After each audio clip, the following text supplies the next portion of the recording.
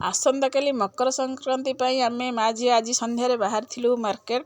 तो आमे मार्केट जा बटरे यांकर जने सांग भेट होइतिले। तो तांको संगे आमे बाहर जाइथिलु मार्केट रे से आमे पहुँचे साइला परे आमे पार्लर कोठी पाउ नथिलु, किंतु आमे खोजिगिरी परे पार्लर पाइथिलु। पार्लर रे जाइकिरी मु आईब्रो शेव करथिली, झिया चुट्टी काटथिला। तापर सेठी जने भौणी बसथिले, आमे ने कथावार्ता होतिलु। तापर आमे सेठु बाहरी आस्थिलु। बाहरिकी आमे जाइथिलु ग्रोसरी दुकान को। ग्रोसरी दुकान आमे किछि ग्रोसरी किनी आमे रास्ता रे आस्तुलु।